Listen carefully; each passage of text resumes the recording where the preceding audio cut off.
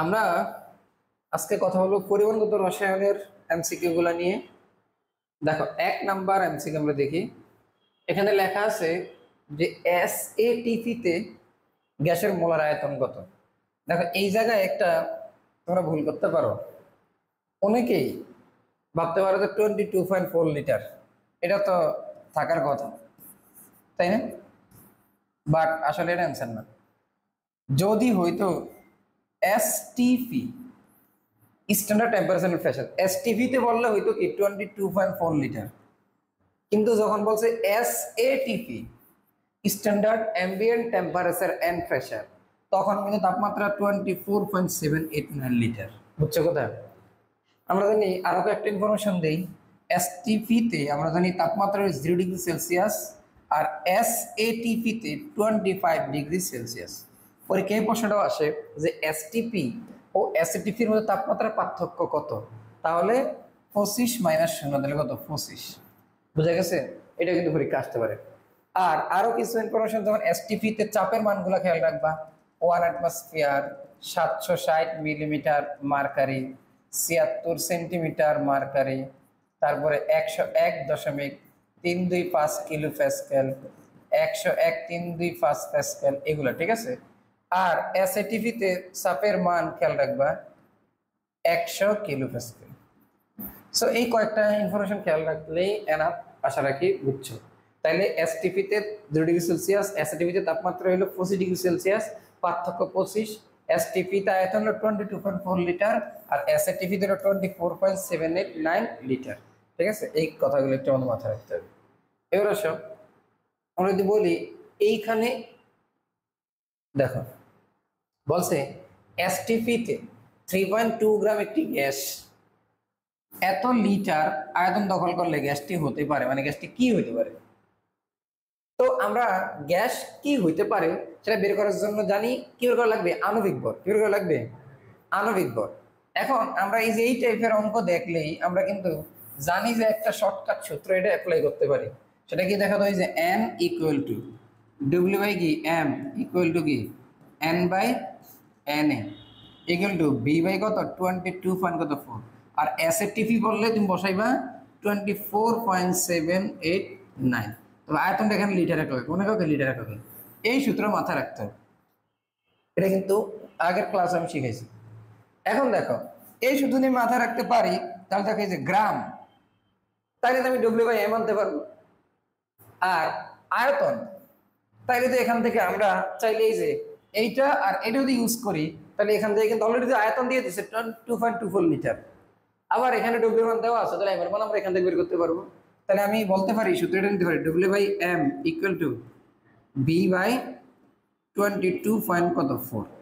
তাহলে আমার দরকার এম, তার মধ্যে বজ্রগণ করি যে M B equal to 22.4 into কি ডব্লিউ, আর এম বি ইকুয়াল টু এটা, তাহলে বি সরি এম দরকার আমাদের, M equal to 22.4 into W by B ভাগ হয়ে গেল। তাহলে আমরা বলতে পারি 22.4 ইন্টু ডব্লিউ মান কত 3.2 আর বি কত 2.24, তাই না? তাহলে কাটাকাটি দিলে 10 এখানে কত 32। তাহলে 32 কার আমরা কিন্তু জানি কার্বন ডাইঅক্সাইডের 44, ক্লোরিনের 71, 35.5 না একটা ক্লোরিনের ইন্টু 2, নাইট্রোজেন কিন্তু 28, তাহলে অক্সিজেন কত 16 দুগুণে 32। তাহলে বোঝা গেছে না আমাদের অ্যান্সার। বুঝছো ব্যাপারটা? তো এখানে তোমার যা চাক, যদি ধরো এই অঙ্কে এটা বলতো যে এসটিপিতে 3.2 গ্রাম এর একটি গ্যাস এর ধরো বললো 1000টি অণু থাকে, তাইলে গ্যাসটা কি হইতে পারে? তখন তুমি বসাই দেখো এন বাই এন এ, তো এন এর মান হইতে 1000 আর এন এর মান তো আমার মুখস্থ জানি 6.0 × 23, তাহলে এখানে এম এর মান বের হইতো। বুঝছো কথা? তাহলে এভাবে আমরা চাইলেই এটা সমাধান করতে পারবো, এইভাবে আমরা যেভাবে পারি। ওকে, আই থিঙ্ক আমরা বুঝতে পারছি। এবার এই অঙ্কটা দেখি, সে আগে সূত্রটা একটু কল্পনা করতে হবে। দেখো, প্রমাণ অবস্থায় এই যে আমরা সূত্র আবার একটু লিখি, N equal to W by M equal to কি N by N A equal to B by 22.4 আর বি বাই 24.7 এইট নাইন, এটা হলো অ্যাসিটিফি, তাই না? এটা অ্যাসিটিফি। এইবার দেখো 10 লিটার, যেহেতু আয়তন দিয়ে দিচ্ছি তাহলে বোঝা গেছে এই যে প্রমাণ অবস্থা বলতে 22, এই যে এটা তাহলে এদের আমরা পাই গেছি। মিথেন গ্যাসে অনুর সংখ্যা চাইছে, তাহলে অনুর সংখ্যা হইব কি এটা। তাহলে আমরা এই সূত্র এদের ইউজ করলাম, শেষ। তাহলে বলতে পারি কি যে N by N A equal to কি বি বাই 22.4। তাহলে N equal to B by 22.4 into কি এন এ। তাহলে আমার এই বি আয়তন কত বলেছি 10 লিটার, তাহলে 10 ভাগ 22.4 ইন্টু 6.02 ইন্টু 10⁻23। তাহলে এটাই আমাদের কি হবে অ্যান্সার। বুঝছো কিনা বলো? বুঝছো? তোমার যে কোনোটাই চাইতে পারে। আর এখানে যদি আবার একটু সালাই করা অ্যাসিটিভির কথা বলে, তাহলে কিন্তু তুমি অবশ্যই এটা বসাইতে হবে। ঠিক আছে কথা? 24.789 অ্যাসিটিভি বললে, ঠিক আছে কথা? এবার যাই যেতে পারতো। আচ্ছা, যদি এই অঙ্কটা থাকতো পরমাণুর সংখ্যা, কি থাকতো?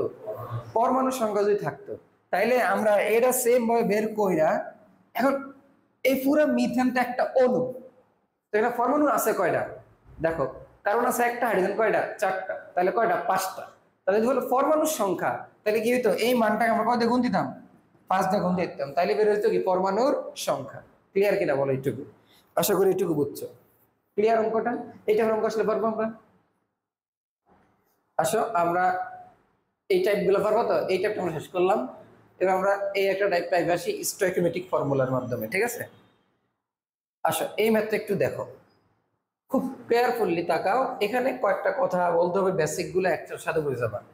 50 মিলিলিটার 0.5 মোলার সোডিয়াম হাইড্রোক্সাইড দ্রবণকে, মানে একটা ধরো দ্রবণ ছিল, ধরো সোডিয়াম হাইড্রোক্সাইড ছিল 50 মিলিলিটার, যার ঘনমাত্রা ছিল 0.5 মোলার। এখন বলছে এই দ্রবণটাকে তুমি ডেসিমোলার দ্রবণ বানাইতে চাও। তোমরা কিন্তু এটা জানো যে মোলার দ্রবণ যদি বলে তাহলে 1 মোলার, মোলার দ্রবণ বললে কি 1 মোলার। আর যদি বলে ডেসিমোলার তাহলে হয় কি 0.1 মোলার। যদি বলা হয় সেমিফাইনাল মানে কি অর্ধেক ফাইনাল মানে 0.5, সেমি মানে হাফ, হাফ মানে 0.5 মোলার। আর যদি বলে সেন্টি মানে 1/100, এজন্য 0.01 মোলার। তাহলে এইটুকু আমার কথাটা খেয়াল রাখতে হবে। মোলার মানে 1 মোলার, ডেসি মানে 0.1, ডেসি মোলার বলে 0.1 মোলার। এটা এই যে এরা যে ডেসি মোলার বলছে মানে এখানে আলটিমেটলি বলেছে এটা 0.1 মোলার। আর সেমি বললে 0.5 মানে হাফ, হাফ মানে 0. অর্ধেক, সেমি মানে অর্ধেক, সেমি মানে অর্ধেক, সেন্টি মানে 0.01। এইখানে খেয়াল রাখো, একটু মনোযোগ সহকারে বোঝার চেষ্টা করো যে একটা পাত্রে 50 ml সোডিয়াম হাইড্রোক্সাইড আছে, যার ঘনমাত্রা 0.5 মোলার। খেয়াল করো, এখন তারা বলতেছে যে তুমি এটাকে ডেসিমোলার দ্রবণ বানাও। ডেসিমোলার দ্রবণে পরিণত করতে হইলে অবশ্যই দেখো ডেসিমোলার দ্রবণ মানে এই দ্রবণের ঘনমাত্রা, ধরো তোমার তুমি এটা শরবত বানাইছো, দোকান রোজার মাস শরবত বানাইছো, আর শরবতটা একটু বেশি ঘন হয়ে গেছে ধরো। এখন ধরো তুমি ইসুপগুলির বসিয়ে দিলা, এটা বেশি ঘন ঘন হয়ে গেছে। এখন তুমি ঘন একটু পাতলা করবা, ঘনত্ব কমাইবা, তুমি কি দিবা? একটু পানি ঢেলে দিবা, পানি দিবা। তাহলে খেয়াল করো, এটা ঘনমাত্রা 0.5 টাকা যখন 0.1 বানাইতে বলতেছে, 0.1 বানাইতে বলতেছে, তাহলে কতটুকু পানি যোগ করতে হবে? এটাই অঙ্ক।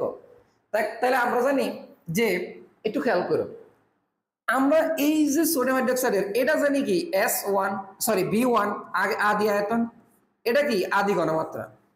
বুঝছো কিনা?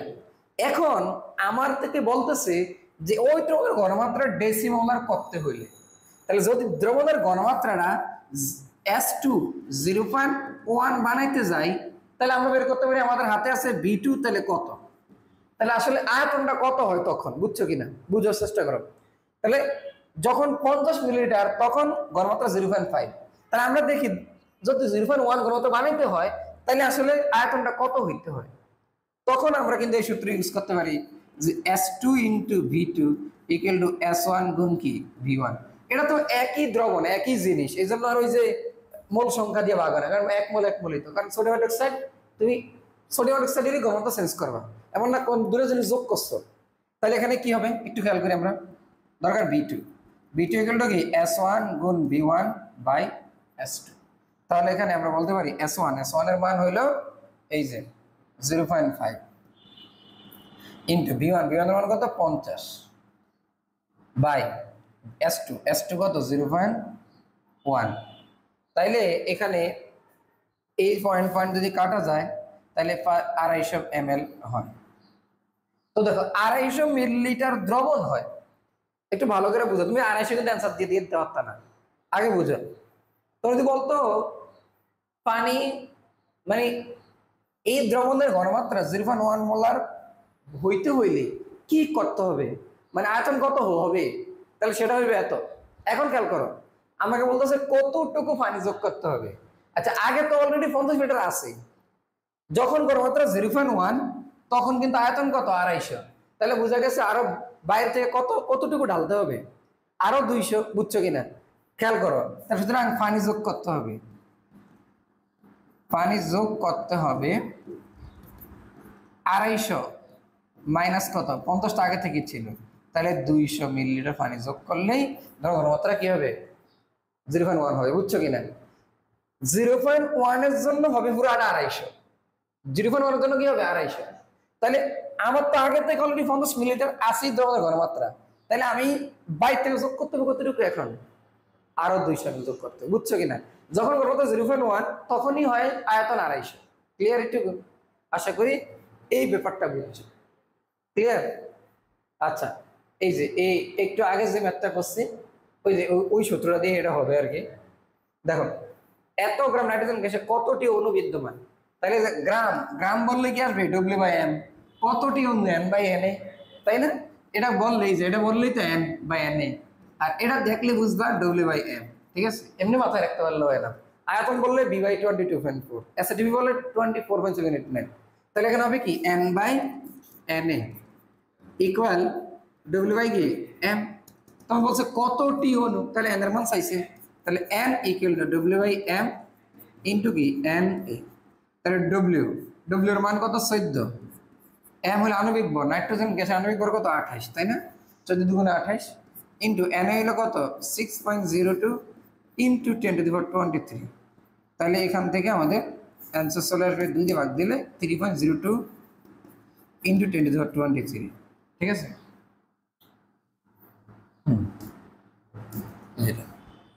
ঠিক আছে, বুঝছো কথা, আশা করি এই অঙ্কটা বুঝছো। এইবার দেখো আমাদের ঘনমাত্রা টাইপের একটা অঙ্ক। দেখো এটা কি বলছে, 1% W/B সোডিয়াম কার্বনেট দ্রবণের মোলার ঘনমাত্রা কত। তাহলে মোলার ঘনমাত্রা আমরা জানি কি বের করতে হবে, S। কি বের করতে হবে S। এটা আমি দুটো পদ্ধতিতে করাই, একটা হলো বড় পদ্ধতি, একটা হলো ছোট পদ্ধতি, মানে শর্টকাট পদ্ধতি। যদি তোমার এটা কিন্তু মূল প্রশ্নে আসে। তো আমরা জানি মোলার ঘনমাত্রা S ইকুয়াল টু কি W into 1000 by M into কি V। এই যে W/B না থাকলে বুঝতে হবে W/B 1% মানে কি 1/100, তাহলে এই 1 হবে W এর মান, আর এই 100 এর মান V এর মান, বুঝছো কিনা। তাহলে আমাদের W এর মান হলো 1 গ্রাম আর V হলো 100 ml। এবার বুঝছো কিনা, এই যে 1% W/B সোডিয়াম কার্বনেট বলতে বোঝায় কি জানো, যে 100 মিলিলিটার দ্রবণে সোডিয়াম কার্বনেট আছে কত গ্রাম 1 গ্রাম। এবার যদি থাকতো ধরো 10%, তাহলে তো 10 ভাগের কি 100, তাহলে W এর মান 10 আর V এর মান কত 100 ml, বুঝছো কিনা ml। যদি থাকতো 25%, তাহলে তো 25 ভাগের কত 100, তাহলে এটা W হইতো 25 গ্রাম আর W হইতো কি 100 ml, ঠিক আছে। তাইলে আমাদের বি বেরিয়ে গেছে। M হলো আণবিক ভর সোডিয়াম কার্বনেট, অর্থাৎ সোডিয়াম 23 দুগুণে 46 যোগ কার্বন কত 6 দুগুণে 12 যোগ অক্সিজেন হলো 3 16 48, তাহলে 48 আর 12 হলো 60, 60 আর 46 হলো 106, বুঝছো কথা। তাহলে S ইকুয়াল টু কি কত, তাহলে আমাদের W কত 1 ইন্টু 1000, M কত 106 ইন্টু কত 100, তাহলে এখানে মেবি 0.96 টাইপের এরকম একটা কিছু একটা আসে, 0.94 বা 97 এরকম একটা টাইপের আসে। আচ্ছা, তো এইবার আসো, তুমি তো এটা করবো হইলো মূল প্রশ্নে। এখন এই পার্সেন্টেজ দেখলে শর্টকাট একটা সূত্র আছে না আমাদের, ওই যে আমাদের সূত্র কি S ইকুয়াল টু 10x/m শেষ। সূত্র কি 10x/m। এরকম পার্সেন্টেজ দেখলে ঘনমাত্রা নির্ণয়ের সূত্র হলো কি 10x/m। পার্সেন্টেজ দেখলে ঘনমাত্রা নির্ণয়ের সূত্র 10x/m। তাহলে আমি বলতে পারি 10 ইন্টু x কি, x হলো কত পার্সেন্ট, x হলো কি কত পার্সেন্ট। তাহলে আমরা বলতে পারি যে এখানে 1% তাহলে কত, মান 1, আর এমন আণবিক ভর কত 100। সেম অ্যান্সার আসবে। সেম অ্যান্সার দেখাই, তুমি মনে মনে ভাবলেও বোঝা যায়, ঠিক আছে। তাইলে আচ্ছা এই অঙ্কটা চাইতে পারে মোলার ঘনমাত্রা না বলে বলতে পারে ঘনমাত্রা পিপিএম এককে ফোকাস করো, তাই না। পিপিএম এটা লিখ করতে হবে, যেই মানটা হবে তাকে ওটা আবার আণবিক ভর দ্বারা গুণ, আবার কয় কি দিয়ে গুণ, 1000 দিয়ে গুণ, তাহলে কই চলে যাবে, পিপিএম এককে চলে যাবে।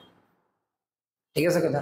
ধরো তোমাকে বললো যে 25% সালফিউরিক অ্যাসিড এর ঘনমাত্রা, তাহলে ওই সূত্র S ইকুয়াল টু কি 10x/m, তাহলে 10 ইন্টু x কত 25, আর m কত আণবিক ভর সালফিউরিক অ্যাসিড, ঠিক আছে। আর যদি বলে ppm এককে তাহলে ইন্টু আণবিক ভর ইন্টু 10 কিউব, তাহলে ppm।